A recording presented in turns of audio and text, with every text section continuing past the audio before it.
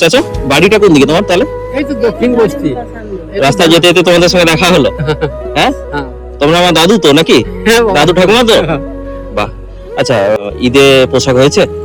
বহুত কম বেশি হয়েছে আর কি, না হবার মতন। না হওয়ার মতো। ও, আর তোমার হয়েছে? মানে আমাদের ঘর করতেছে তো ভালো কাপড় তোমাদের রাস্তায় আমি পেছন থেকে অনেকক্ষণ ফলো করছি, তোমরা সাইকেলে এত মিল তোমাদের, মানে আজকালকার দিনে তো সেই মিলটা নেই। তোমাদের এত সুন্দর এই একটা ছোট্ট সাইকেল নিয়ে তোমরা রাস্তায় যাচ্ছ, সত্যি খুব খুশি হয়েছে। এই তো সামনে গেছিলাম আমার শাশুড়িকে কাপড় এটা দিতে, দিতে গেলাম কেন জানো, আচ্ছা। নিমাজ পড়বে না, নিমাজের টাইম হয়ে গেছে আমাদের। দেখি তাড়াতাড়ি দাঁড়াচ্ছি। এই জন্য বেরিয়ে যাবে আর কি। আচ্ছা, আমি একটা কথা বলি, বলুন। ছেলে আছে? ছেলেরা আলাদা, যে যার আলাদা। তিনটা ছেলে আছে। তিনটা ছেলে দেখেনি। এই কেউ দেখেনি? না বাবা, ও তোমরা তাহলে পোশাক কিনলে আরে না। টাকা কোথায় পেলে? ওই যে কাজ করি। ও, তুমি কাজ করো এই বয়সে? হ্যাঁ, বাপরে। তৈরি চালাই। হ্যাঁ, ওরে বাপ গো, তুমি এত মানে কি বলবো। ঠিক আছে, ভগবান তো দেখা করিয়ে দিল আমার সঙ্গে। হ্যাঁ, ঠিক আছে।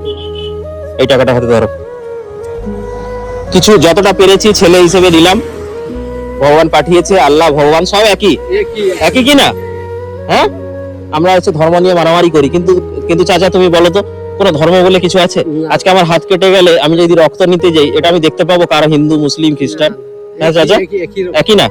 ভগবান বলো, আল্লাহ বলো, একই। আশীর্বাদ করবে, তোমরা ভালো থাকবে, ঈদ ভালোভাবে কাটাও। হ্যাঁ, ঈদের অনেক শুভেচ্ছা। হ্যাঁ,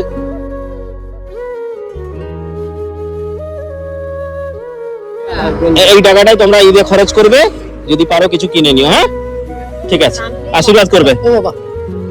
আসতে। তো আজকে চাচার সঙ্গে দেখা হলো, খুব ভালো লাগলো।